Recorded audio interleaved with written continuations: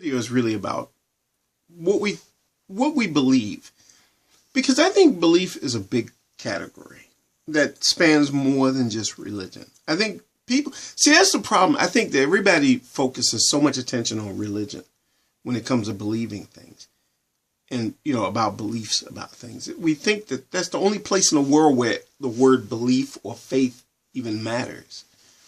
But when it comes to things like politics, or when it comes to things like science, when it comes to a lot of different things, and people could, now I'm going to say something about something, and maybe this is something I can't even put up on a video, because it might not be coherent, not because it's controversial. But it's not that people can say things like, well, do you think all beliefs are the same? No, I don't think every belief is the same in the sense that it's worthy of me accepting it. But that's all I can say and it does have to be subjective, because at the end of the day, it's a judgment call. It's a judgment call for all of us. Should I believe this? Should I not believe it? Should I accept it? Should I not accept it? And that's what it comes down to.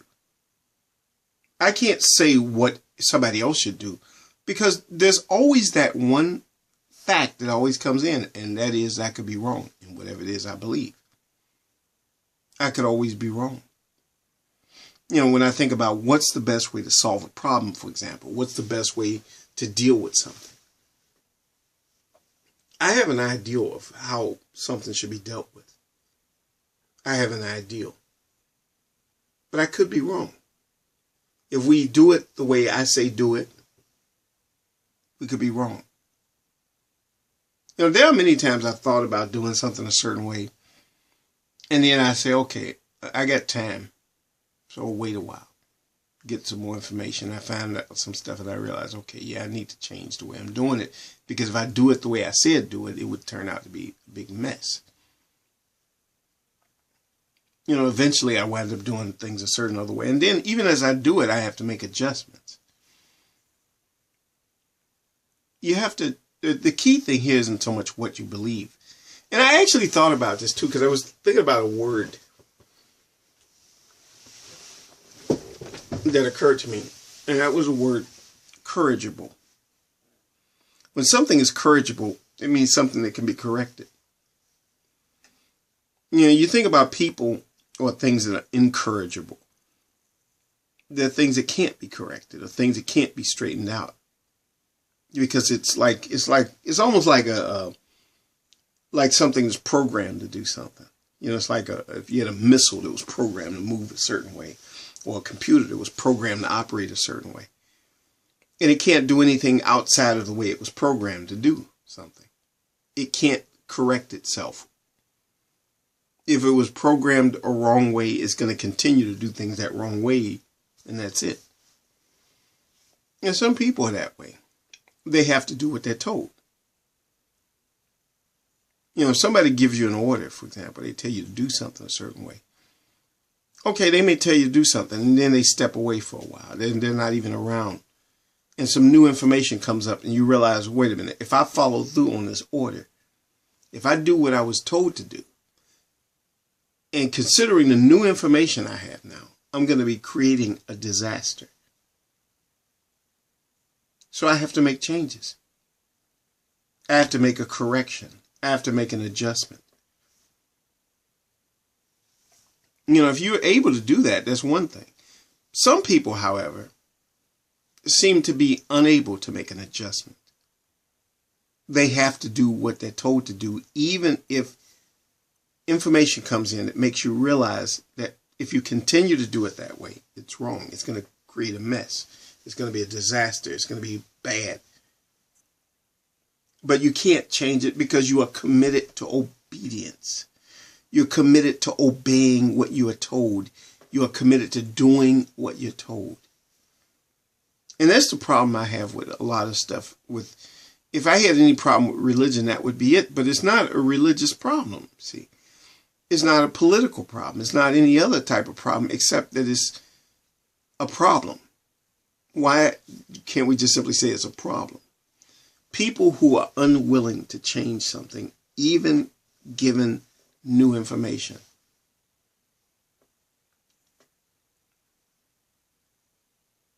You know, it's like some people make it a virtue to obey a rule for the sake of obeying it. That somehow the highest virtue in life is to obey a rule.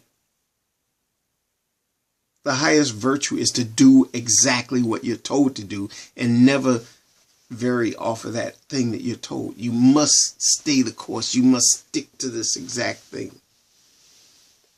New information comes in, you might have to change things.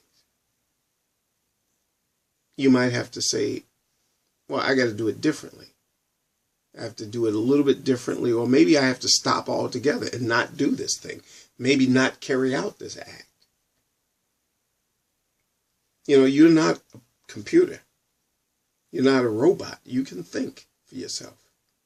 You can override an order that was given to you. You can say no. You know, I think religion is one big example of something, because I can think of things like, let's say you're a Jehovah's Witness, and you're told you can't have a blood transfusion. But then something happens in your family.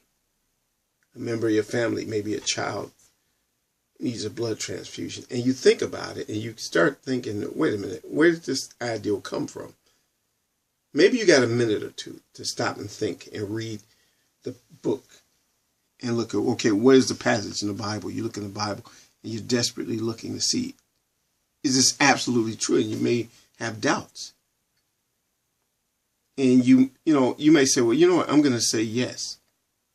Because I don't think I think the interpretation is incorrect. I don't think God would get angry at you. I think there are many other passages in the Bible that show that God would be more forgiving about something like this. And this is not, when it comes to life, it's sacred and we must protect it. If we got the technology and the methods to do it, let's do it. But then you may think, well, I got to follow orders. I got to obey the rules. If you feel like you can't get out of that, you feel like a prisoner to the rules, then you need to think about it. What's holding you back from breaking the rules when you know in your heart, you might have even had doubts even before this event occurred, even before this incident happened. Now, I'm just talking about one thing, but it's something that I see a lot. Like, I can see this at work in situations or in other situations where people feel that they have to follow a tradition or they have to follow a certain set of rules. For example, you may have to cook dinner for everybody during a certain holiday, and you're the one stuck with doing it, and nobody else helps out. But you have to do it because you've done it so many years, and everybody's expecting it from you, and they're going to get upset if you don't do it. And you might say, well, this is crazy. I'm not enjoying myself. The whole point of having these holiday get-togethers is to enjoy it, and I'm not enjoying it. Sometimes you got to have the courage to break free. When you see that something isn't right, it isn't working for you, you got to say, no, I got to change that. I don't want to do that. It takes courage. I know a lot of times in my life I've had to stand up and say no. I can think of some things which times when I've had to stand up like to my parents and say no. And they got angry, but you know what? They respected me too for being my own person and saying what I thought. Yeah, it was uncomfortable, but it's like that. You have to say, yes, this is what I'm going to do. This is my decision. Sometimes we're so afraid of disappointing people. We're so afraid of breaking the rules. And we got to overcome that. And it's just one of them things I think about, where in my own life, I think about times when I've had to muster up the courage to follow what I thought was right, to follow my own heart, to follow what I believed was right to do.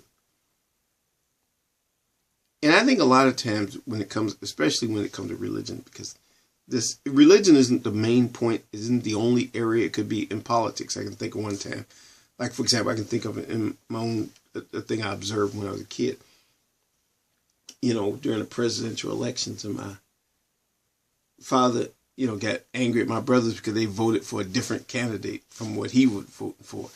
He got really, really upset. And it's like, but they stuck to what they wanted to do, And I admire them for that. Even though I didn't agree either. I was more like with my father. Not because I was afraid of my father, but because I thought that, instead of arguing who the candidate was, I was too young to vote back then.